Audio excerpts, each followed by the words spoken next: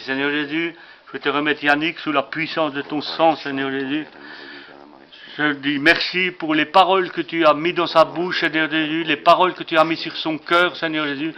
Conduis-le parce que vraiment, toutes ces paroles, nous en avons besoin, Seigneur Jésus. Remplis-le de ton Esprit Saint, Seigneur Jésus. Saint-Esprit, agis en lui. Saint-Esprit, souffle sur lui. Vraiment, Seigneur Jésus, nous avons besoin de pasteurs, nous avons de frères et sœurs, nous avons besoin d'anciens, Seigneur Jésus. Je te demande de bénir notre Église, Seigneur Jésus, parce que c'est ton Église, nous t'appartenons, Seigneur Jésus, et Seigneur Jésus, apprends-nous vraiment, Seigneur Jésus, à être en communion les uns avec les autres, à être une Église sanctifiée, Seigneur Jésus, nous voulons une Église sanctifiée, et vraiment dans l'amour les uns pour les autres. Merci, Seigneur Jésus, pour la parole qui va être annoncée, que toute la gloire, que ton onction repose sur Yannick, dans le nom de Jésus-Christ, vraiment, Seigneur Jésus, que toute la gloire te revienne, Seigneur. Amen. Voilà, donc nous allons continuer sur ce thème. Le Seigneur nous assure qu'il en sera à la fin comme au temps de Noé. Vous connaissez Noé? Voilà, on a fait des films, on a fait toutes sortes de choses qui nous parlent de Noé. Et aussi la parole de Dieu nous dit qu'il en sera à la fin comme au temps de Noé, mais aussi comme au temps de Lot. Et lorsque nous lisons dans la parole de Dieu ces deux périodes, eh bien Dieu nous dit, tu vois ce qui se passe, ce qui s'est passé au temps de Noé, ce qui s'est passé au temps de Lot, eh bien ça se passera aussi à la fin des temps. Alors c'est à nous de prendre garde à la parole qui nous a été donnée et de regarder la parole de Dieu, dire Seigneur, est-ce que je suis prêt? Saint-Esprit, sonde mon cœur, sonde mes reins. Seigneur, je veux être prêt, je ne veux pas être laissé en arrière. Alors tout d'abord, on va lire ensemble dans Luc 17, verset 27. Pour ceux qui ont leur Bible. Alors ces deux personnages et leurs familles, le jugement est venu, mais seulement après que Dieu leur eut donné le moyen de s'en échapper. Comme je disais tout à l'heure concernant l'épreuve, eh bien Dieu nous donne un moyen de sortir de l'épreuve, des moyens. Et là pour cette fin des temps, pour ce temps de jugement qui est arrivé sur le monde, eh bien Dieu nous donne aussi le moyen d'échapper à la colère qui va venir sur ce monde.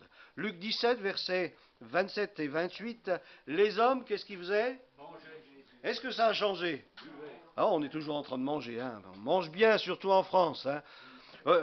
Les hommes mangeaient, ils buvaient. Est-ce que c'est un crime de boire? Hein? Je crois que on a tous besoin de boire, surtout de l'eau, c'est mieux. Hein, mais on a besoin de boire.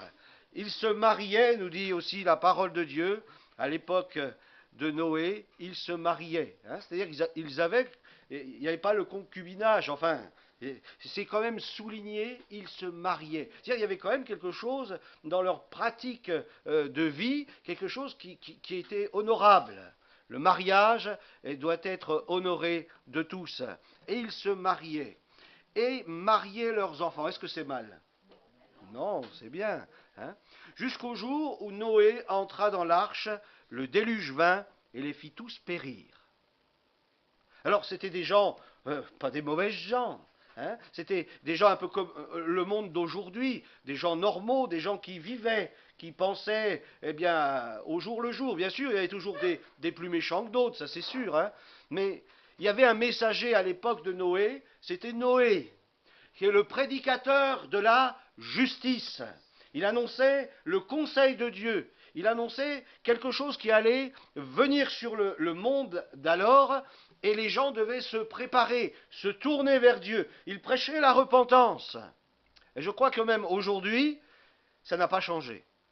L'homme, le prédicateur, l'homme de Dieu, doit prêcher la repentance. Il doit annoncer au monde eh bien, ce jugement qui vient, ce temps qui vient, le royaume de Dieu va venir, repentez-vous et croyez dans la bonne nouvelle. Amen. Alléluia. Mais il y a la repentance. La repentance doit précéder la proclamation de la bonne nouvelle. Avant de recevoir Jésus dans son cœur, il nous faut se repentir de nos péchés, se convertir, dire Seigneur Jésus, viens dans mon cœur, viens dans ma vie, viens me transformer, viens faire de moi une nouvelle créature. Je veux mourir à cette vie de péché et vivre une vie de résurrection avec toi. Alléluia. Noé entra dans l'arche, Le déluge vint et les fit tous périr. Ce qui arriva du temps de Lot arrivera pareillement. Les hommes mangeaient, buvaient. Alors il y a un petit changement. Ils achetaient, ils vendaient, ils plantaient, ils bâtissaient. On voit aujourd'hui dans notre monde, l'argent a vraiment une grande importance. Et on voit que dans ces époques, il y a quand même des époques qui se transforment, des priorités qui changent. Quelle est notre priorité? Que l'Éternel soit ton or, qu'il soit ton argent, qu'il soit celui à qui tu sois attaché de tout ton cœur. Parce que si tu es attaché à autre chose, la Bible nous dit que l'amour de l'argent, c'est une racine de bien des maux. Ces bien des maux sont attachés à l'amour de l'argent. Ma priorité, c'est le Seigneur. C'est de le suivre, c'est de lui obéir, c'est de lui livrer mon cœur. Mon cœur t'appartient, Seigneur. Et je ne veux pas que mon cœur soit attaché à autre chose qu'à lui. Que le Seigneur soit ton or et ton argent. Alléluia. Parce que lui, il demeurera éternellement. Mais l'or et l'argent, bien, ça ne fait que passer d'une poche à une autre poche. Et peut-être aujourd'hui, tu en as dans ta poche, mais demain, peut-être, ne sera plus là. Hein? Est-ce que si tu as le Seigneur dans ton cœur et que tu le gardes dans ton cœur, eh bien, c'est lui qui devient un bien précieux pour ta vie. Dans Matthieu 24, verset 38, il nous est dit « Jusqu'au jour où Noé entra dans l'arche. » Alors, il y a la prédication de la parole de Dieu, la prédication de l'Évangile, l'annonce du message à toute l'humanité, jusqu'au jour. Et parfois, c'est un peu cela qu'on oublie, c'est-à-dire que cette prédication, à un moment donné, elle va atteindre une extrémité, elle va atteindre jusqu'au moment où les choses vont changer. C'est-à-dire, il y a tout un temps de patience de Dieu, nous dit l'Écriture. Même pour nous, il y a un temps de patience de Dieu. Beaucoup diront, mais depuis le temps que vous annoncez que Jésus revient, il n'est toujours pas revenu, ça fait bientôt plus de 2000 ans. Hein? Mais la parole de Dieu nous dit qu'il use de patience afin qu'aucun périsse, mais que tous parviennent à la repentance. Le désir de Dieu, ce n'est pas de perdre les hommes, mais Dieu veut que tous les hommes soient sauvés et qu'ils parviennent à la connaissance de la vérité. Ça, c'est le désir de Dieu, mais ce n'est pas le désir de tous les hommes. Mais il y aura un temps, comme il y a eu un temps à l'époque de Noé, où le terme est arrivé et où le désastre est venu, où le jugement est venu. Alors, dans ce texte, il nous est dit que Noé entra dans l'arche, et j'aime beaucoup parce que c'est Dieu qui ferme la porte. Parce que si c'était Noé qui devait fermer la porte, il n'aurait pas réussi à la fermer. À cause de tous ces cris, à cause de toutes ces personnes qui voulaient entrer dans l'arche, lorsqu'ils ont commencé à voir le déluge venir, lorsqu'ils ont commencé à voir les eaux, eh bien, ils se sont rendus compte que ce qu'a dit Noé pendant longtemps, il a prêché pendant au moins un siècle, la justice de Dieu, eh bien, ces gens devaient être terrorisés parce qu'ils savaient qu'ils n'allaient pas y échapper. Et cette porte, il a fallu que ce soit Dieu qui la ferme. Et il nous a dit qu'un jour viendra, les vierges folles et les vierges sages sont arrivées à la porte, les vierges sages sont entrées, et après, le Seigneur ferma la porte. Et les vierges folles, lorsqu'elles sont revenues et ont frappé à la porte, la Bible nous dit que Jésus leur a dit « Je ne vous connais pas. Je ne vous connais pas. » À un moment donné, Dieu ferme. Il y a un temps où les choses s'arrêteront. Parce que le règne de Dieu vient. Et parce que Dieu veut faire un renouvellement de toutes choses. C'est pour ça qu'il faut que le monde d'alors, d'aujourd'hui, arrive à son terme. Et nous sommes dans le temps de la grâce de Dieu. C'est formidable. Nous sommes dans le temps de la grâce de Dieu. Encore aujourd'hui, c'est le jour du salut. Encore aujourd'hui, c'est le jour de la délivrance. Encore aujourd'hui, tu peux te préparer parce que le roi vient. Alléluia. Alors il nous est dit, ils ne se doutèrent de rien jusqu'à ce que le déluge les emporte tous. Comme quoi l'être humain, quelque part, est endurci. C'est-à-dire que même au départ des choses, eh bien, il n'y avait pas encore cette certitude du jugement. Bien sûr, il y avait des signes que le jugement venait. Mais il nous est dit, Noé entra dans l'arche et ils ne se doutèrent de rien. Et aujourd'hui, dans le monde entier, est prêchée la bonne nouvelle de l'Évangile, et avec cette bonne nouvelle, l'annonce du royaume de Dieu qui vient. Mais c'est vrai qu'il y aura, comme le dit la parole, dans les derniers temps, il y aura des moqueurs. Et des gens qui diront, on a bien le temps. Ils ne se doutèrent pas qu'au travers de différents signes des temps, Dieu parle. Dieu parle au travers des différents signes des temps. Vous savez ce qui se passe en Syrie aujourd'hui? Vous savez comment Israël aussi réagit face à tout ce qui peut se passer dans la Syrie. Et on n'a pas idée de ce qui se passe réellement là-bas. Mais je peux vous dire que ce sont des signes qui sont là, comme quoi à un moment ou un autre, ça va exploser, il y a quelque chose qui va se passer, ça va être terrible. Ça va déclencher quelque chose, ça va amorcer quelque chose qui va être très compliqué pour le monde. Alors moi, mes frères et sœurs, moi je préfère ne pas être là pour voir ça. Moi je préfère pas être là pour voir ça. Parce que ce sera un jour terrible. Ça sera quelque chose de terrible. Vous savez que M. Poutine ou tous les responsables iraniens ou le président de la Syrie ne sont pas des enfants de cœur. Et je peux vous dire que le jour où ça va frapper fort, ça va frapper fort. Ensuite, il nous est dit, de même, il ne veut pas que son épouse, sa bien-aimée, le Seigneur Jésus ne veut pas que son épouse, qui a gardé sa parole, très important, ait part au jugement du monde impie. Impie.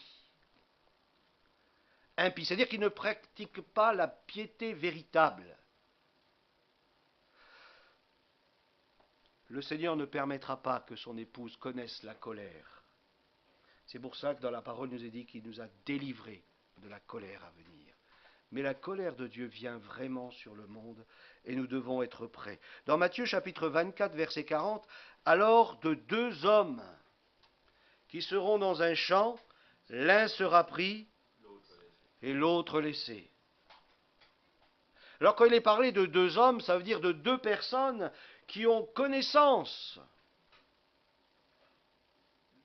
Ben oui, sinon, quel intérêt? L'un sera pris et l'autre laissé. Quel intérêt? On le retrouve ensuite dans l'évangile de Luc, chapitre 17, verset 34.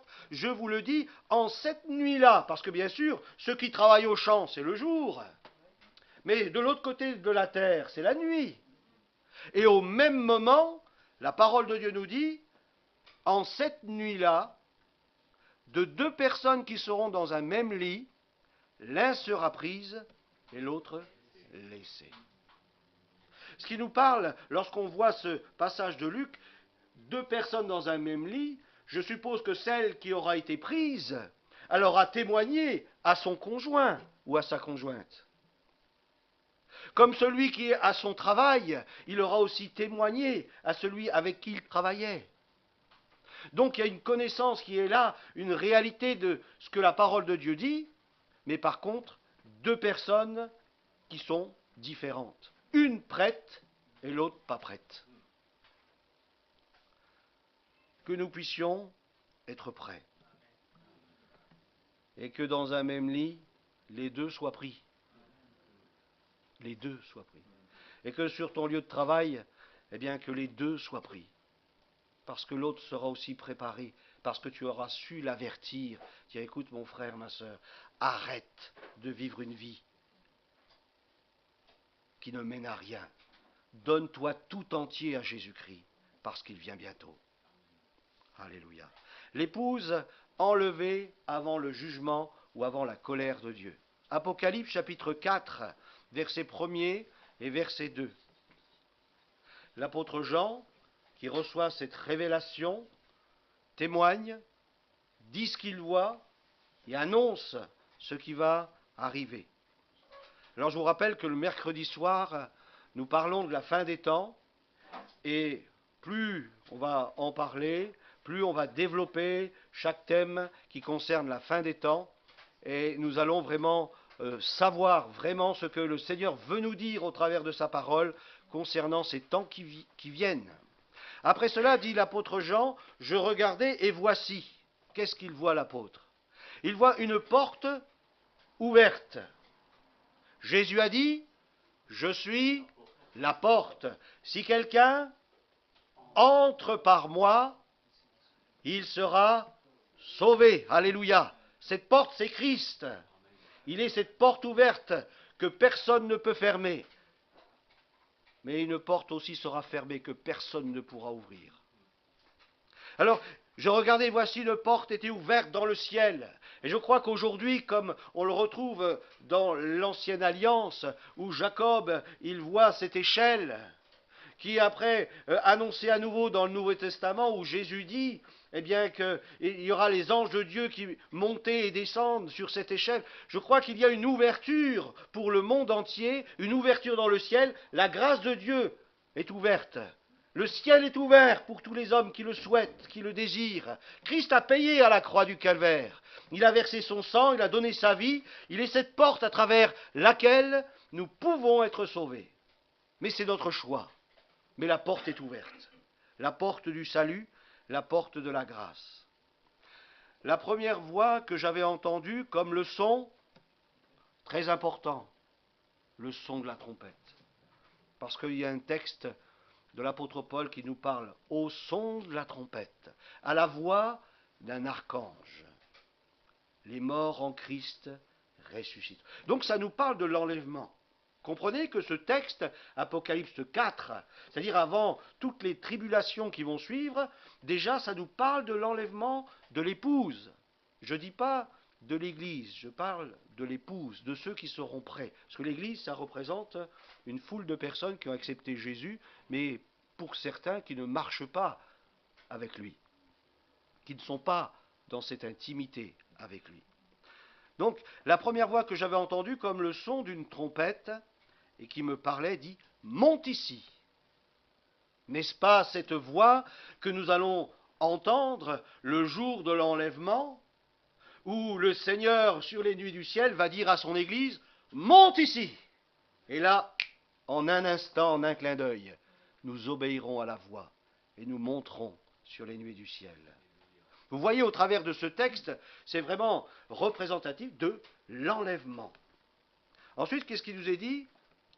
Et je te ferai voir ce qui doit arriver dans la suite. Aussitôt je fus saisi par l'Esprit. Le Saint-Esprit va saisir l'Église et l'emmener sur les nuées du ciel. Et ce temps de la grâce sera terminé. Il y aura un temps de jugement qui viendra sur le monde. Aussitôt je fus saisi par l'Esprit, et voici il y avait un trône dans le ciel, et sur ce trône quelqu'un était assis. L'arrivée de l'épouse dans le royaume de Dieu, dans le ciel. Qu'est-ce qu'elle voit? Elle voit le roi. Alléluia. Elle voit le roi. Formidable. Et puis il y a des choses lui sont révélées. C'est-à-dire que dans le ciel, on ne va pas dormir. Lorsque nous allons vivre cette résurrection, cette transformation, nous allons être toujours avec lui. Et tout ce que lui va faire, eh bien, on va le faire avec lui. Plutôt, on va le faire en lui. Enfin, je ne sais pas comment on peut expliquer ça, mais on vivra cette communion avec le Seigneur et nous serons à l'œuvre avec lui. Pendant tout ce temps de la grande tribulation. Parce que nous revoyons, à la suite de ces textes, le Seigneur Jésus qui agit de telle ou de telle manière. Et nous sommes avec lui. Parce que nous sommes son Église. On ne va pas tricoter. On ne va pas être dans un coin en train de faire je ne sais pas quoi. Non, nous serons avec lui, nous serons actifs avec lui. Parce que nous ferons une seule. Comme l'époux et l'épouse, nous serons unis avec lui. Et nous serons toujours avec lui. C'est la parole de Dieu qui le dit. Il n'y a pas à un moment donné, il va dire à son épouse, tiens, tu restes là, puis moi je vais là-bas. Non, nous sommes avec lui. Nous participons avec lui. Voilà. Je te ferai voir ce qui doit arriver dans la suite. Aussitôt je fus saisi par l'Esprit, et voici il y avait un trône dans le ciel, et sur ce trône quelqu'un était assis. Apocalypse chapitre 4, verset 4. Je cite le verset de la Bible du Sommeur, parce que je trouve que l'interprétation est plus juste. Enfin, je trouve qu'elle est bonne. Autour du trône se trouvaient 24 trônes. Et sur ces trônes siégeaient 24. Alors, dans certaines traductions, c'est vieillards. Hein, c'est comme si dans l'Église, quand l'apôtre nomme des anciens, il nomme des vieillards. Ça peut être traduit de cette manière. Hein. Mais ce n'est pas du tout ça. Hein. Lorsque la Bible nous parle d'anciens, ce ne sont pas des vieillards. Hein. Ce sont des responsables. Et j'aime beaucoup la Bible du Sommeur parce qu'elle a traduit exactement comme cela. Siégeaient 24 représentants du peuple de Dieu. Représentants du peuple de Dieu. Ils étaient vêtus de blanc.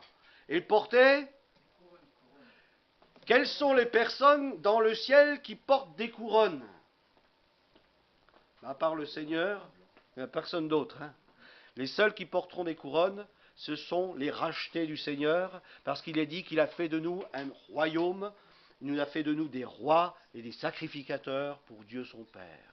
Nous sommes un peuple de rois. Donc nous voyons que ces 24 représentants du peuple de Dieu, ce sont l'Église. Et là, lorsque Jean est ravi et emmené dans la présence du Seigneur, il voit l'Église dans le ciel. C'est-à-dire pas sur la terre au moment des jugements, mais il la voit dans le ciel. Et ça, c'est quelque chose de très important qu'il faut garder dans notre cœur. Pendant ce temps de grande tribulation, nous serons dans le ciel, dans le royaume de Dieu, nous serons avec lui, nous serons en communion avec lui. Les rachetés du Seigneur sont au ciel et déjà couronnés au moment où ces 7 années de tribulation débutent. Ils ont le pouvoir de juger. Pourquoi? Parce qu'ils sont assis sur des trônes. C'est pour ça que je vous dis que nous serons actifs avec le Seigneur. Parce que nous aurons reçu le pouvoir de juger. Aujourd'hui, on ne peut pas. Hein. Il faut une transformation. Il nous faut vivre une véritable résurrection. Il nous faut revêtir un corps incorruptible, le corps glorieux pour agir d'une manière qui est juste et qui honore Dieu. La Bible nous dit que nous jugerons même les anges. Imaginez, qui peut juger un ange? Hein? Aujourd'hui, on serait bien incapable. Mais lorsque nous serons transformés dans notre être tout entier, bien là, nous aurons cette capacité parce que nous serons assis sur des trônes et nous aurons un jugement, le jugement de Dieu. La manière de juger selon Dieu, dans une justice, une pleine justice. Alléluia. Heureux le peuple qui connaît le son de la trompette. Et ça nous est adressé ce matin. Je crois qu'au travers de la parole de Dieu, quelque chose résonne. Avertis mon peuple. Vous connaissez ce livre? C'était David Luckerson hein, qui avait écrit « Sonne de la trompette et avertis mon peuple ». Et je crois que dans ces temps de la fin, eh bien, il y a des hommes, des femmes au travers du monde entier qui exhortent et qui demandent au peuple de Dieu de se réveiller.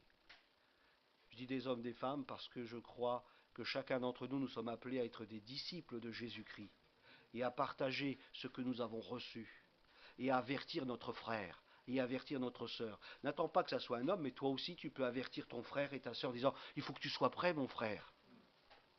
Je vais prier avec toi, on va prier ensemble, mais il faut que tu sois prêt. » Chacun d'entre nous, nous avons cette responsabilité. Nous sommes chacun d'entre nous des ambassadeurs du royaume. Hein, il n'y a pas les hommes qui sont ambassadeurs et puis les femmes qui sont là et puis ils tapent à la machine. Hein, non. Chacun d'entre nous, nous sommes des ambassadeurs du royaume. Et nous sommes des représentants du royaume de Dieu. C'est important aussi de le comprendre. Chacun, nous sommes responsables. Examinons donc, je vais terminer là, examinons donc les antiques coutumes juives associées à la cérémonie du mariage. Et ça c'est très riche d'enseignements. Pour constater que certaines de ces pratiques correspondent à de nombreux thèmes de cette fête des trompettes. Voici ce qui se pratiquait lors d'un mariage juif.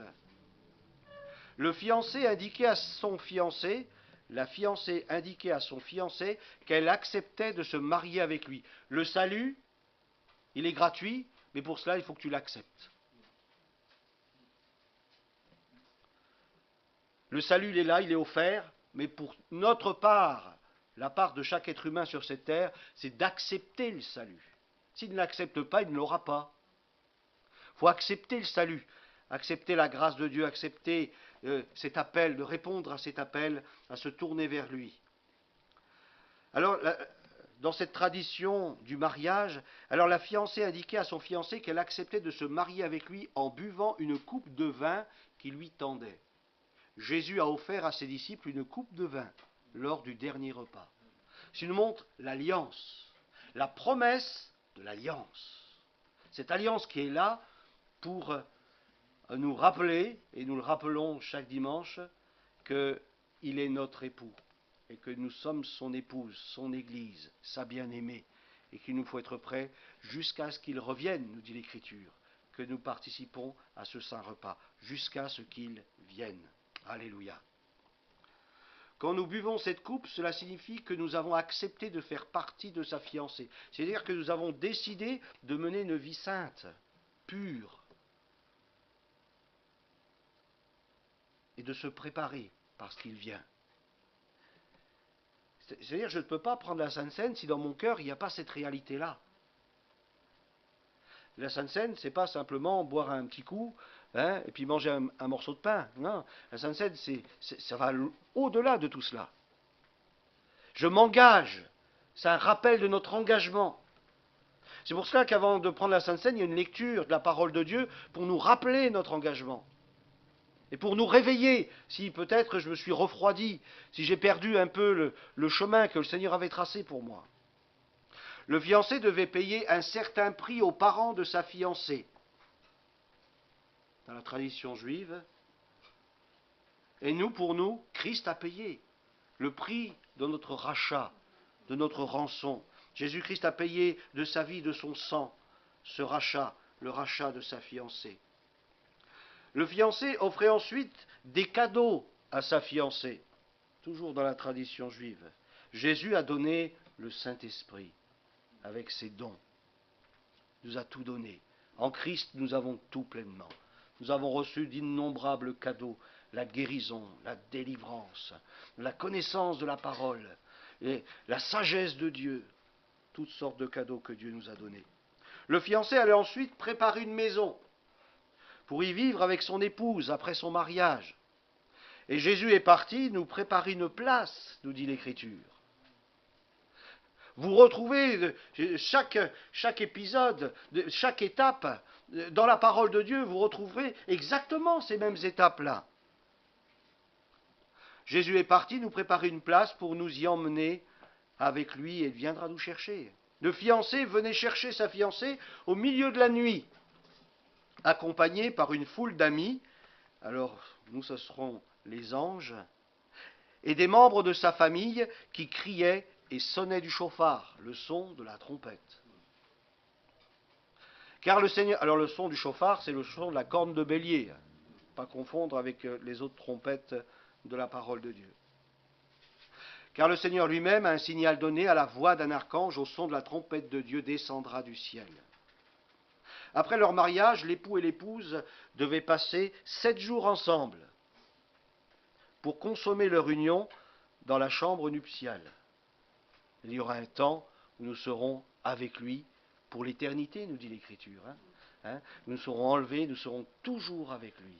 Toujours avec lui. Notez aussi que la fiancée juive devait quitter son environnement familial habituel pour se rendre à un endroit où elle n'avait jamais été, la maison que lui avait préparée son fiancé. Le royaume de Dieu, comme le frère nous a fait chanter, à Jérusalem céleste. C'est là où le Seigneur nous a préparé une place. Le Rosh Hashanah est aussi connu comme le jour de la dissimulation. C'est la période qui précède la fête des trompettes, dans cette période-là, des fêtes d'automne, qu'on appelle cela. Dans Matthieu chapitre 24, verset 36, il est dit « Pour ce qui est du jour, de l'heure, personne ne le sait, ni les anges des cieux, ni le Fils, mais le Père seul. » est une expression idiomatique courante de l'hébreu pour désigner le jour de la fête des trompettes appelée en hébreu Rosh Hashanah.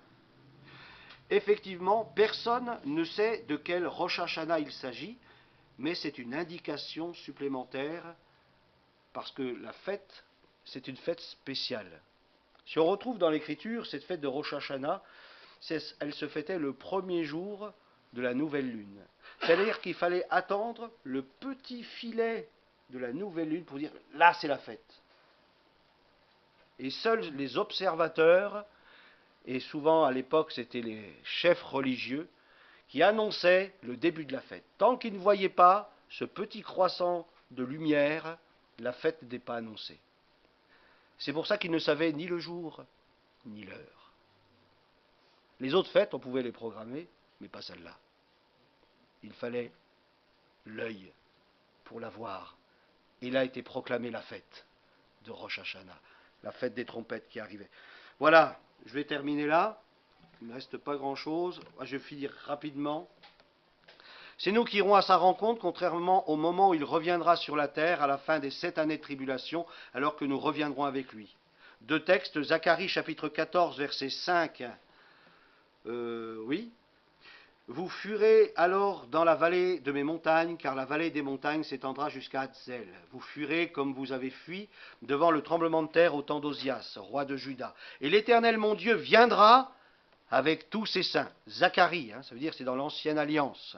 Donc il y a beaucoup de passages dans l'Ancienne Alliance qui nous parlent de la venue du Seigneur. Or, si nous devons revenir avec lui, il faut nécessairement que nous soyons partis auparavant avec lui. D'accord ? Or, si nous devons revenir avec lui, il faut nécessairement que nous soyons partis auparavant. Jude chapitre 1er, versets 14 et 15, c'est aussi pour eux qu'Enoch, le 7e depuis Adam, a prophétisé en ces termes. Voici, le Seigneur est venu avec ses saintes myriades, pour exercer un jugement contre tous et pour faire rendre compte à tous les impies, parmi eux, de tous les actes d'impiété qu'ils ont commis et de toutes les paroles injurieuses qu'ils ont proférées contre lui, des pécheurs impies. Alors je conclus, Thessaloniciens chapitre 5, versets 1 à 11,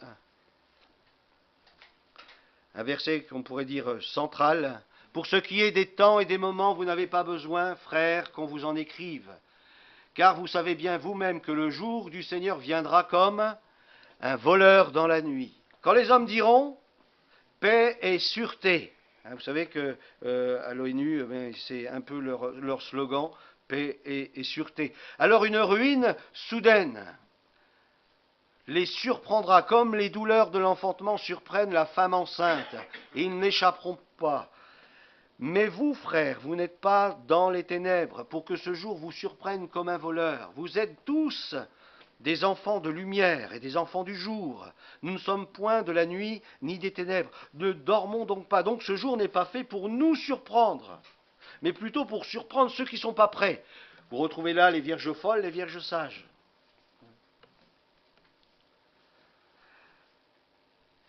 Ne dormons donc point comme les autres, mais veillons et soyons sobres, car ceux qui dorment, dorment la nuit, et ceux qui s'enivrent, s'enivrent la nuit.